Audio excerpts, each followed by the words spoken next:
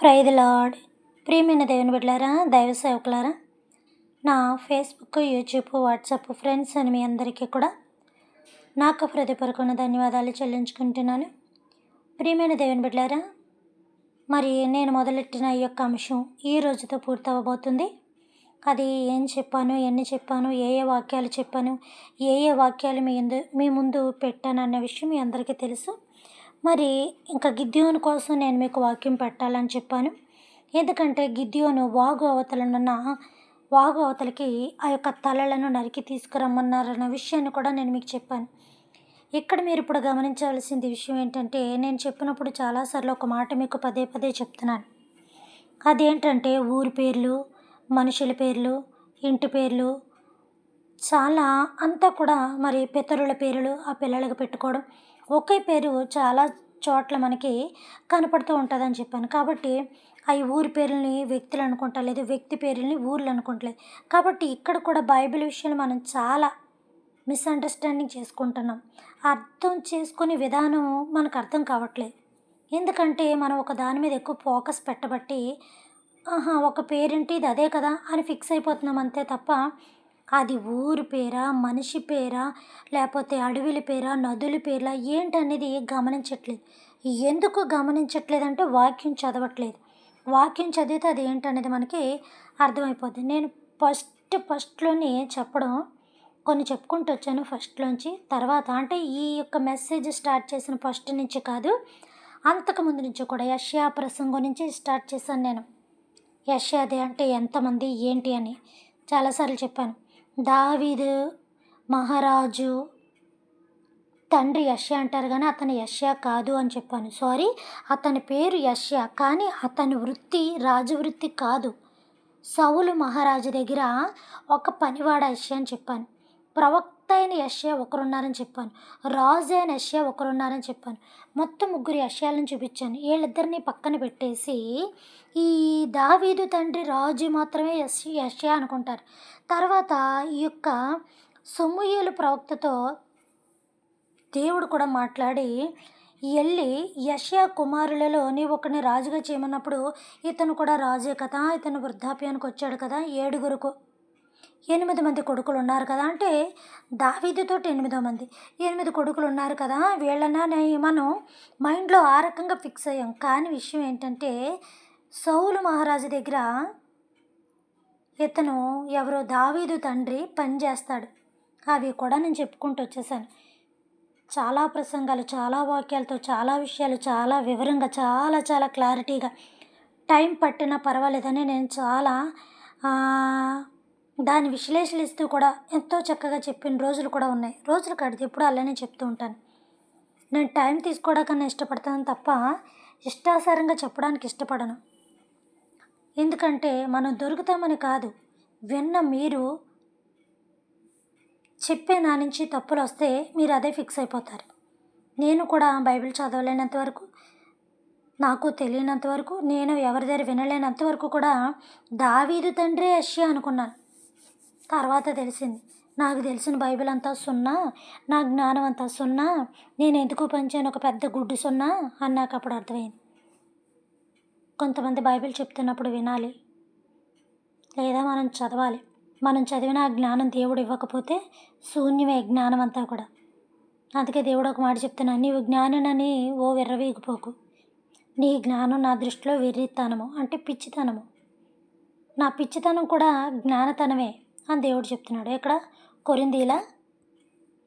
కాబట్టి ప్రియమైన దేవుని బిడ్డలారా, ఈ రీతిలో ఇప్పుడు ఇక్కడ యేసుప్రభు వారు కూర్చున్న ఊరికి ఒక పేరు ఉందని చెప్పాను. 2 ఊర్లు 3 పేర్లు అని చెప్పాను. 2 ఊర్లు చూపించేశాను.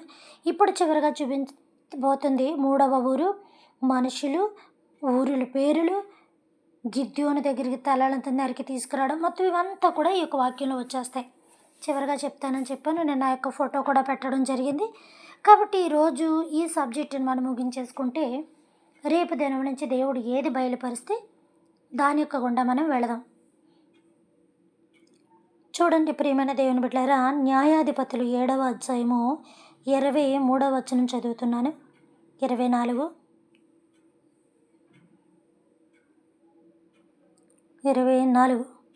గిద్యోను ఎఫ్రాయిముల దేశమంతటికిని దూతలను పంపి, ఎవరో గిద్యోను పంపాడు. దూతలను పంపి మిద్యానీయులను ఎదుర్కొనుటకు వచ్చి బెత్షెబ వరకు, ఇదిగోండి యేసుప్రభు వారు కూర్చున్న వాగు ఏంటి అంటే బెత్షెబ. 3 ఊర్లు చూపించాను. ఒకటి ఎరుకో, ఇంకో ఊరు కూడా చెప్పాను. ముందు వాక్యాల్లో చెప్పి చూపించాను కదా, అది లాస్ట్ ఊరు ఏంటంటే ఇది. యేసుప్రభు వారు కూర్చున్న ప్లేస్ ఎక్కువ, ఆ ఊరి పేరు ఇదనమాట. బెత్షెబ వరకు వాగులను, యోర్దాను. చూసారా, ఈ పాయింట్ మనకు కావాలి. గిద్యోను కూడా ఎక్కడ కార్యాలు చేశాడని చెప్పాను, ఎక్కడ చేశాడని చెప్పు. యోర్దానును వారి కంటే ముందుగా పట్టుకునుడని. ఇక్కడ పట్టుకున్నాడంటే ఊరి పేరు, మనిషి పేరు అన్నట్టు వచ్చింది కదా, కానీ తర్వాత చూద్దాం. యోర్దానును వారి కంటే ముందుగా పట్టుకునుడని చెప్పి ఉండెను గనుక ఎఫ్రాయిములందరూ కూడుకొని బెత్షెబ వరకు, అంటే ఆ యొక్క నది దగ్గరనున్న ఊరి పేరు, అక్కడ యేసుప్రభు వారు కూర్చున్న ఆ ఊరి పేరు బెత్షెబ వరకు వాగులను, యోర్దానును పట్టుకొనిరి. మరియు వారు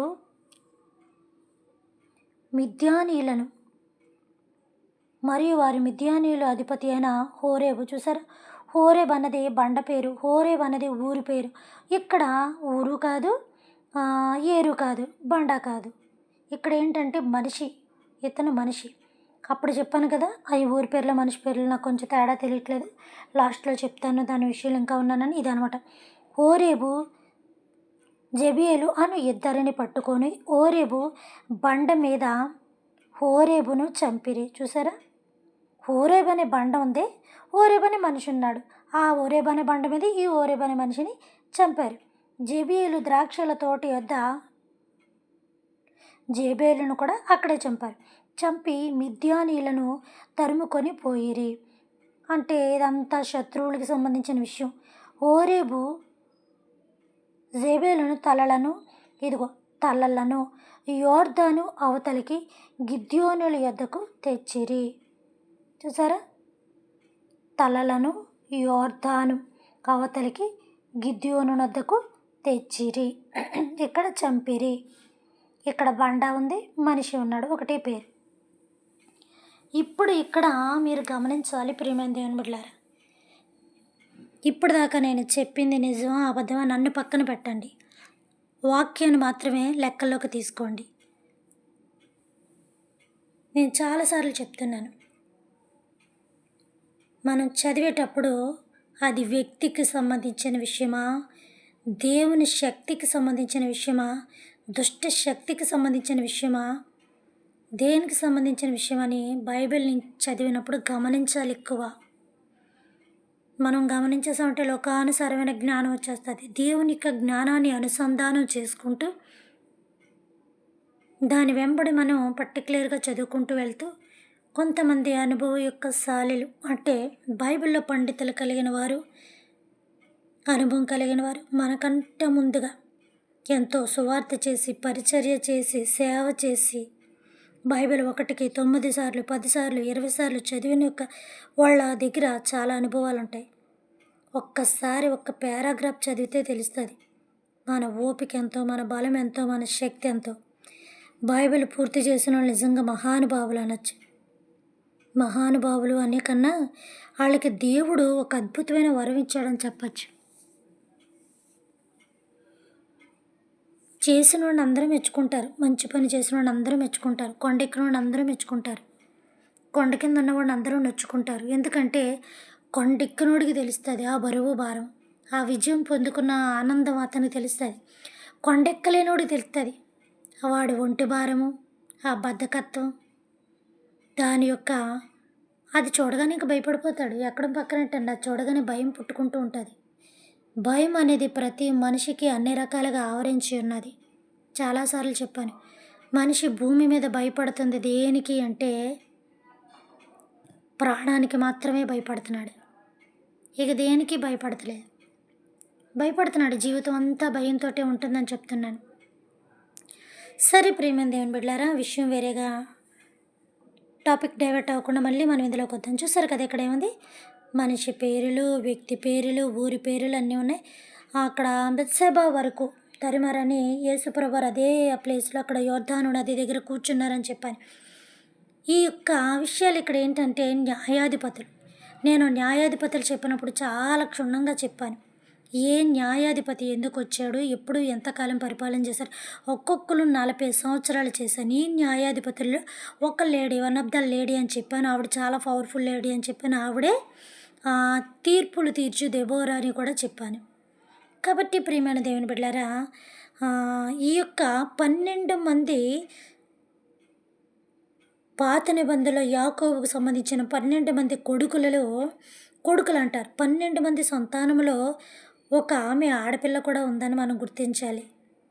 ఈ 11 మంది న్యాయాధిపతిలో ఒక ఆడపిల్ల ఉందని మనం గమనించాలి.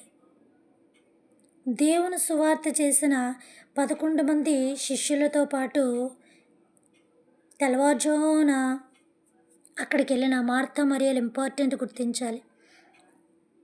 ఎస్తేర్ రాణి యొక్క విషయం మనం గుర్తించాలి. స్త్రీ ప్రాధాన్యత చాలా ముఖ్యమని గుర్తించాలి. ఏ తరానికి ఏ స్త్రీ దేన్ని బట్టి అవసరమో దేవుడు వాళ్ళని పెట్టాడు. పురుషులంటే వేరు. ఇక దేవుడు ఎన్నుకున్నదే పురుషుల్ని. దేవుడు బలం ఇచ్చిందే పురుషులకి, ఏలికతనమిచ్చిందే పురుషులకి. కాబట్టి ప్రియమైన దేవుని బిడ్డలారా, అంటే ఇక్కడ స్త్రీ తక్కువ అని నేను చెప్పడం కాదు, కానీ బైబిల్ ప్రకారం చూసుకుంటే పురుషుడు యొక్క ఆధిక్యతం ఎక్కువ. ఆ తరము ఈ తరము ఏ తరమైనా, ఈ కాలమైనా రానున్న కాలమైనా పురుషునికి ఉన్న యొక్క ప్రాధాన్యత స్త్రీకి తక్కువగా ఉంటుంది. కాబట్టి ప్రియమైన దేవుని బిడ్డలారా, దేవుడు అందుకే పురుషుల మీద దేవుని యొక్క ఆత్మ కృమ్మరింపబడింది. ఎందుకు అంటే వాళ్ళు అద్భుతాలు చేయరు, ఆశ్చర్యాలు చేయరు, ఈ చేయరు ఆశ్చర్యాన్ని కాదు, దేవుడు అన్నీ ఈక్వల్గా ఇచ్చాడు. కానీ స్త్రీకి కొంచెం ఎక్కువ తెలివితేటలు ఇచ్చాడు. ఎందుకంటే ఆమె ఎలా నడిపించో ఒక మంత్రి యొక్క స్థానాన్ని ఆవిడకి ఇచ్చారు. రాజు కన్నా మంత్రి చాలా ప్రాధాన్యమైన వాడు. సగం రాజును నడిపించేదే మంత్రులు. అందుకే ఇంటికి మంత్రి ఆవిడే అంటారు, రాణిని ఆవిడే అంటారు. సంఘ పరిచర్య కానీ, సువార్త పరిచర్య కానీ, సంఘ అభివృద్ధి కానీ, కుటుంబం నడిపింపు కానీ, భర్త నడిపింపు కానీ, బిడ్డల యొక్క భవిష్యత్తు నడిపింపు కానీ, బయట అన్ని రంగాల్లో కూడా రాణింపజేసి సృష్టిని కూడా ఉత్పత్తి చేయగలిగిన గొప్ప అద్భుతకరమైన శక్తి ఎవరంటే స్త్రీ. స్త్రీ అనే వ్యక్తిని దేవుడు పుట్టించకపోతే ఆదాముతోటే ఆగిపోను. కాబట్టి ప్రియమైన దేవుని బిడ్డలారా, ఈ యొక్క విషయాన్ని మనం కొంచెం లోతుగా చూసుకుంటే చాలా డీప్గా వెళ్ళచ్చు, కానీ ఇంకెక్కడితో నేను ఆఫ్ చేసేస్తాను. కాబట్టి ఇప్పుడు దాకా యేసుప్రభువారు కూర్చున్న ప్లేస్ ఏంటంటే యోర్దాను నది దగ్గర కూర్చున్నాడు. అక్కడే ఏలియా కార్యాలు చేశాడు. అక్కడే యెహోషువ నది దాటి కార్యాలు చేశాడు. గిద్యోను అక్కడే తలలు నరికాడు. ఈ యొక్క మొత్తం కార్యక్రమాలు అక్కడే జరిగింది. ఈ యొక్క న్యాయాధిపతులు మొట్టమొదటి అధ్యాయం కూడా మీరు చదివితే యోర్దాను దగ్గర నుంచి ఏం స్టార్ట్ అయింది, ఎన్ని గొడవలు అయ్యాయి, ఎన్ని సమస్యలు వచ్చాయి, మిద్యానీయుల దండులోకి వీళ్ళు ఎలా వెళ్ళారు, ఎలా వచ్చారు, దేవుడు గిద్యోను గోధుమ చాట్లు వెనక ఇది కూడా నేను చెప్పేశాను. ఇంకా ముందుకి ఇంకా లోతైనవి ఉన్నాయి, ఇంకా చాలా మెసేజ్లు ఉన్నాయి. ఇప్పుడు మనం చెప్పుకుంది గోరంతే. ఈ కొండంతా కదిలేటప్పటికి ఎవరి ఆయుష్యులు పూర్తయిపోతాయో మనకే తెలియదు. అంటే అందులో నేను ఉన్నాను, నేనే మొట్టమొదటిగా. కాబట్టి ప్రియమైన దేవుని బిడ్డలారా, అందుకనే ఈ యేసుప్రభువారు కూర్చున్న ఈ ప్లేస్ని ఒక అద్భుతకరమైన ప్లేస్ కింద అక్కడ వాళ్ళు చిత్రీకరించారు. చిత్రీకరించడం అంటే ఒక ఫ్లెక్సీ మీద వేసి పెట్టడము. ఫ్లెక్సీలు అంటే ఇప్పుడు వచ్చాయి. అంటే ఆ రోజుల్లో ఒక గోడ మీద వేసి ఒక రూపాన్ని చిత్రీకరించి దాని మీద రంగులు వేసేవారు. అంటే పెయింటర్స్ అనమాట. అది పోకుండా ఉండడానికి. ఒకవేళ ఆ యొక్క రంగు పోయినప్పటికీ, ఆ కలర్ చేంజ్ అయినప్పటికీ ఆ రాతి మీద ఆ రూపం అలాగే ఉంటుంది. కాబట్టి మరలా అదే రాతి మీద అదే వాళ్ళకి కావాల్సిన రంగు వేసి గీస్తూ ఉంటే వెళ్ళిన వాళ్ళంతా కూడా దాని ఒక చరిత్ర చూసుకున్నట్టుగా చూసుకొని చదువుతూ ఉండేవారు. అందుకే రాతి మీద రాయబడింది పోదు. అంటే దాని యొక్క శిలాశాసనం అంటారు. శిల మీద రాయబడిన ప్రతి ఒక్క అక్షరం కూడా స్థిరస్థాయిగా ఉంటుంది. శిలాశాసనం అంటారు చూసారా, అదనమాట. పేపరు ఇది అదంటే ఏదన్నా అయితే ఇంకా నిలబడవు, పోతూ ఉంటాయి. ఈ యేసుప్రభు వారు కూర్చున్న ఈ ప్లేస్ని చాలా అద్భుతకరంగా మలచడం అనేది జరిగింది. కాబట్టి అక్కడ 4 స్తంభాలు గుడి కట్టారు. 4 స్తంభాల గుడి కాదు, 4 చర్చులు. కింద ఒకటి, పైన ఒకటి, ఆ పైన ఒకటి, ఆ పైన ఒకటి. అంటే ఇది 4 వచ్చింది. ఇది కిందది ఫస్ట్ వచ్చింది. అలాగే మనం ఇక్కడి నుంచి లెక్కేస్తే ఇది 1 అనుకుంటాం, ఇది సెకండ్ అనుకుంటాం, ఇది థర్డ్ అనుకుంటాం, ఇది 1 అనుకుంటాం. అలా కాదు, కింద కట్టిన నుంచి ఫౌండేషన్ నుంచి ఈ గ్రౌండ్ ఫ్లోర్ నుంచి మనకు లెక్క వస్తుంది. కాబట్టి ప్రియమైన దేవుని బిడ్డలారా, ఈ యొక్క మిద్యాను వీళ్ళందరి తలలు హోరేబు బండ మీద నరికించి, ఈ యొక్క జెబేల్ తలను నరికించి తెచ్చి యోర్దాను నది అవతలనున్న ఎవరతను గిద్యోను దగ్గర తీసుకొచ్చారు. చెప్పాను కదా, ఆ యోర్దాను నది అంటే దాటిపోవుటని కూడా అర్థం ఉంటుంది. దాటించుట అంటే దాటిపోవుట అంటే విజయానికి అక్కడ సాదృశ్యమని. అక్కడ యేసుప్రభు వారు బాప్తీసం తీసుకున్న ప్లేస్ అది చెప్పాను. పరిశుద్ధ ఆత్మదేవుడు ఆయనలో దిగొచ్చిన ప్లేస్, తండ్రి యొక్క స్వరం వినిపించిన ప్లేస్, ఏలియా అనే రథములతో తీసుకెళ్లిన ప్లేస్, దేవదూతలు వచ్చి విడదీసిన ప్లేస్, యెహోషువ దేవుని యొక్క మందస్సాన్ని దాటించిన ప్లేస్, ఆ నదిలో 12 రాళ్ళు ఏరిన ప్లేస్, గిద్యోను అనేకమైన అద్భుత కార్యాలు చేసి ఇక్కడ తలలు నరికించి దేవునికి విజయాన్ని పలికించి తన తండ్రి కట్టించిన దానికి ఇచ్చేసి ఇక ఇలా వచ్చేస్తుంది స్టోరీ అంతా. అక్కడ 1 కాదు 2 కాదు, చాలామంది చాలా అద్భుత కార్యాలు చేశారు. ఇది యేసుప్రభు వారు బాప్తీసం తీసుకున్న తర్వాత అద్భుతకరమైన ప్లేస్ కాదు. యోహాను ఏదో నార్మల్గా దిగిపోయిన నది కాదు అది. పసిఫిక్ మహాసముద్రం నుంచి యోర్దాను నదికి చేపలు పట్టుకోవడానికి వచ్చేవారు. ఇప్పటికీ ఉంది అలా చరిత్ర అంతా కూడా. నదులు ఎక్కడ మూయబడతాయి, చెరువులే మూయబడవు. కాబట్టి ప్రియమైన దేవుని బిడ్డలారా, కొన్ని వద్దు అనుకుంటే మూసుకుంటూ ఉంటుంది, మూసేస్తారు. ఇలాంటివి మూసే కాదు కదా, సముద్రాన్ని మూయగలమా, నదులను మూయగలమా? ఒకవేళ ఎండ మూయాలేమో తప్ప అట్లా వాటర్ లేకుండా ఎండ మాత్రమే హరింపజేయగలదు. ఇక వాటర్ని ఎవ్వరు కూడా హరింపజేయలేరు. దాన్ని పొంగింపజేయగలిగింది వరద, దాన్ని ఆర్పింపజేయగలిగింది ఎండ మాత్రమే. ప్రకృతిలోంచి పుట్టుకొచ్చింది ప్రకృతికి మాత్రమే సాధ్యపడుతుంది. అదే దేవుని యొక్క అద్భుతకరమైన సృష్టి. ఆయన సృష్టిలో ఎన్ని మార్పులన్నా చేయగలడు, మనం చూడడమే తప్ప వాటిలోకి చేరిపోయి కొట్టుకుపోమంటే కొట్టుకుపోతాం తప్ప ఇంత కూడా ఏది అద్భుతంగా చేర్చలేం. సరే ప్రియమైన దేవుని బిడ్డలారా, ఇక్కడ ఎన్ని అద్భుతాలు జరిగాయి. ఇది యేసుప్రభు వారు వచ్చిన తర్వాత చరిత్రగా మార్చబడాలి సుమా. చరిత్ర కలిగిన దానిని, చరిత్ర సృష్టించిన దానిని, అద్భుతములు చేయగలిగిన ఈ ప్లేస్ని, దేవుని యొక్క ఆత్మ కార్యములు జరిగిన ఈ ప్లేస్ దగ్గర యేసుప్రభు వారు ఆత్మను పొందుకున్నారు. తండ్రి స్వరాన్ని విన్నారు.